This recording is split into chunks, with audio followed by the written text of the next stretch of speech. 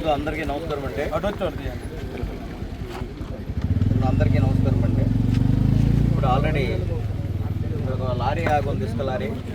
నిన్న ఆంధ్రజ్యోతిలో ఒక ఆర్టికల్ వచ్చింది. అది నేను తప్పుగా అనడం లేదు, తెలుగు తమ్ముళ్ళని అనడం నాకు కూడా బాధాకరంగా అనిపించింది. ఇప్పుడు ఎక్కడి నుంచో వస్తున్నారు, ఈ లారీలు ఎత్తుకెళ్ళిపోతున్నారు. ఈ లారీలు ఎత్తుకెళ్ళిపోయి ఎక్కడి నుంచి వస్తున్నా తెలియదు. కొంతమంది వరుస దొంగ రిసిప్ట్లు పెడుతున్నారు, కొంతమంది ఎక్కడి నుంచి ఎత్తుకెళ్ళిపోతుంది. జరుగుతుంది ఇది వీళ్ళు ఎక్కడి నుంచి వచ్చి ఈ ఇసుక మాఫియా ఎప్పటి నుంచో వైఎస్ఆర్ ప్రభుత్వం నుంచి జరుగుతున్న ఇసుక మాఫియా ఇది. ఇప్పుడు నేనే చూశాను. ఇప్పుడు ఇక లారీ ఇతను డ్రైవర్, ఇతనైనా ఇతనికి ఎక్కడి నుంచి ఇసుక వస్తుందంటే ఇతని పేరు కూడా చెప్పలేని పరిస్థితిలో ఉన్నాడు. ఇతను చెప్తుంటే పెనుగొట్టివాడని నాకు చెప్తున్నాడు. తీరా దీని గురుగాడు క్యాన్సిల్ చేస్తే స్కానర్ ఓపెన్ అవ్వడం లేదు. అంటే ఇవి దొంగ రిసిప్ట్ కింద కౌంట్ అవుతుంది. అంటే వీళ్ళు ఒరిస్సా రిసిప్ట్ పట్టుకొని వచ్చేసి ఆంధ్రాలో ఇసుకకి వెళ్ళిపోతున్నారు. ఇది క్షమించరాని నేరం. ఇప్పుడు నేను ఇది స్టేషన్కి హ్యాండ్ ఓవర్ చేస్తాను. ఒకవేళ ఇదే ఒరిజినాలిటీ అయితే వీళ్ళ తల పేపర్లన్నీ పట్టుకొని వచ్చి ఇవి ఒరిజినల్ నిరూపిస్తే తప్పనిసరిగా స్టేషన్లో కూడా విడిచిపెట్టమని చెప్తున్నాం. ఎందుకంటే ప్రతి ఒక్కరు రావడము, ఒరిస్సా ఇసుక అని చెప్పడము, ఇక్కడ రావడం, ఇక్కడ ఆంధ్రాలో ఎత్తుకెళ్ళిపోవడం జరుగుతుంది.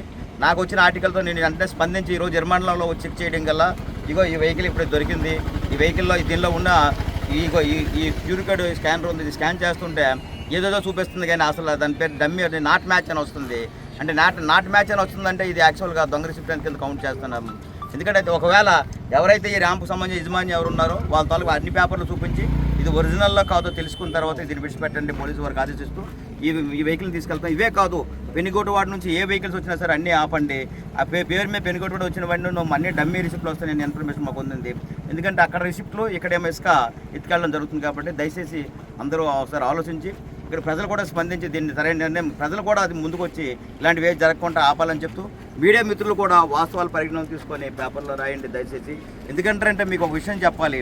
నేను నేటి ప్రమాణ స్వీకారం చేసి ఇన్ని సంవత్సరాలు ఎన్నాలి, ఇన్ని నెలలు అయినా, నెల రోజుల పైన అయినా సరే నేను ఇసుక ఆపేదే, నేను ఎక్కడికి వెళ్ళకుండా చాలా స్ట్రిక్ట్ చేస్తున్నాను. మీకు అందరూ తెలిసిన విషయం. మ్యాటర్ రాసే ముందు అన్నీ తెలుసుకొని రాయడం అనేది మనకు ఉత్తమమైన మార్గం అని చెప్తూ దీన్ని తీవ్రంగా ఖండిస్తున్నాం. దీని తాలూకు రిసిప్ట్లు అన్నీ ఉన్నావు, పక్కాగా కనుక్కున్న తర్వాత దీన్ని విడిచిపెట్టండి. పెనుగొట్టు వాటి నుంచి ఏ వచ్చినా సరే అది స్కానర్తో స్కాన్ చేసి అవి కరెక్టా కాదా అని తెలుసుకున్న తర్వాత బయటకు విడిచిపెట్టండి అని మీ అందరూ తెలియజేస్తున్నారు.